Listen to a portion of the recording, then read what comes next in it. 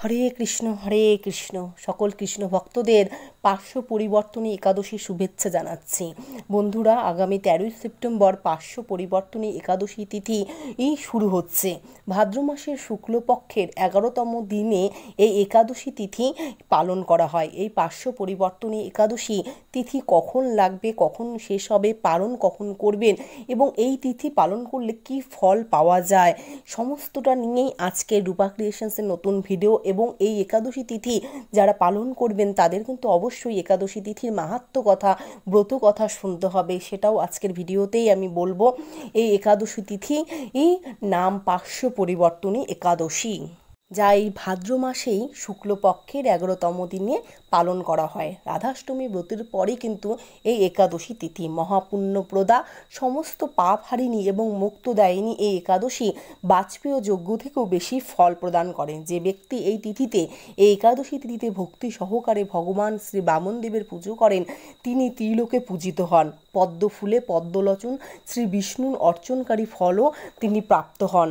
সাহিত্য ভগবান পার্শ্ব পরিবর্তন করেন বলে এই একাদশী মহাপুণ্য ও সকল অভীষ্ট প্রদাতা। এই একাদশী ব্রত পালনে 1,000 অশ্বমেধ যজ্ঞের ফল পাওয়া যায় এবং এই একাদশী পালন করলে কোটি কোটি পাপ দূর হয়। তাই বন্ধুরা, আগামী 13ই সেপ্টেম্বর এই একাদশী তিথি শুরু হচ্ছে এবং 14ই সেপ্টেম্বর এই একাদশী তিথির ব্রত উপবাস পালিত হবে।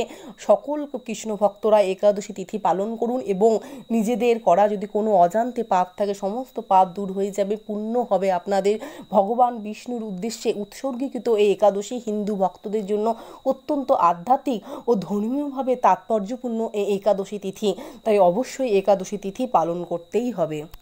এই পার্শ্ব পরিবর্তন একাদশী তিথি শুরু হচ্ছে আগামীকাল 13ই সেপ্টেম্বর 2024 বাংলার 27শে ভাদ্র 1431 বঙ্গাব্দ শুক্রবার সন্ধ্যা 5টা 39 পর থেকে এবং এই একাদশী তিথি সমাপ্ত হবে 14ই সেপ্টেম্বর শনিবার, অর্থাৎ বাংলার 28শে ভাদ্র 1431 বঙ্গাব্দে।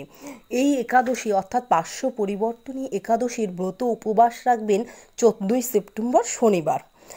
একাদশী তিথির পালন হবে পরদিন 15ই সেপ্টেম্বর 2024 রবিবার বাংলার 29শে ভাদ্র 1431 বঙ্গাব্দ সকাল 7টা 21 থেকে 11টা 31 মধ্যেই কিন্তু এই দিন এই পার্শ্ব পরিবর্তনে একাদশী তিথির পালন করবেন।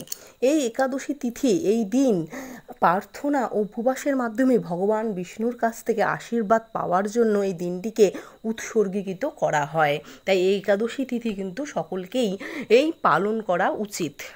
সাহিত্য ভগবান বিষ্ণু পার্শ্ব পরিবর্তন করেন বলে এই একাদশী মহাপুণ্য সকল অভীষ্ট প্রদাতা।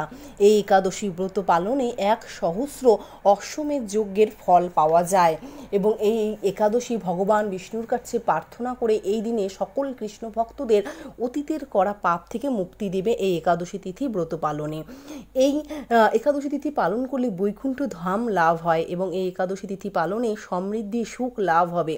এই একাদশী পালনে এই একাদশী দিন ব্রত কথাও কিন্তু শুনতে হবে, তাহলে মিলবে অপার শান্তি।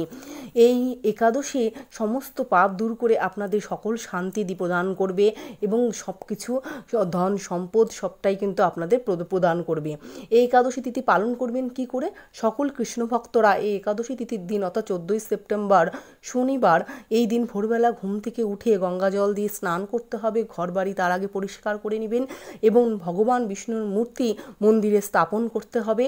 হলুদ ফুল দিয়ে সজ্জিত করবেন, ভগবান বিষ্ণুকে চরণে তুলসী পাতা দিবেন এবং কপালে চন্দনের টিকা দিবেন।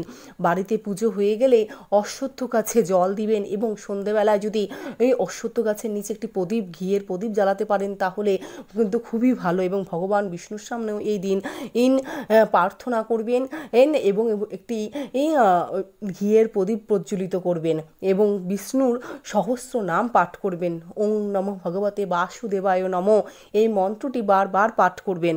ভাগবত গীতা পাঠ করবেন, নির্জলা ব্রত করবেন। পঞ্চ রবিশস্য কিন্তু খাওয়া যাবে না এই দিন। আমিষ জিনিস বাড়িতেই আনা যাবে না এবং নিজে তো খাবেনই না, অন্যান্য সদস্যদেরও কিন্তু খেতে বারণ করবেন। অবশ্যই নিরামিষ আহার করবেন। এই দিনে ব্রাহ্মণদের দান করা ভালো, সমস্ত নেতিবাচক প্রভাব দূর হয়ে যায় এতে। পারণের দিন গরিব দুঃখীদের খাওয়াবেন, অন্ন বস্ত্র দান করবেন। এই দিন পালন করবেন পরদিন অর্থাৎ রবিবার সকাল সকাল ঘুম থেকে উঠে আপনারা স্নান সেরে পালন করবেন।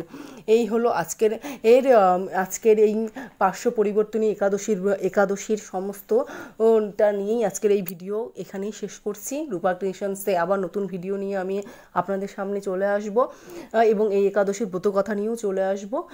পুরো ভিডিওটি দেখে ভগবান বিষ্ণুর নাম করে জয় শ্রীকৃষ্ণ কমেন্টস লিখবেন, লাইক করে কাছের বন্ধুদের অবশ্যই রূপা ক্রিয়েশনস চ্যানেলটি শেয়ার করে দিবেন। নমস্কার, ভালো থাকবেন।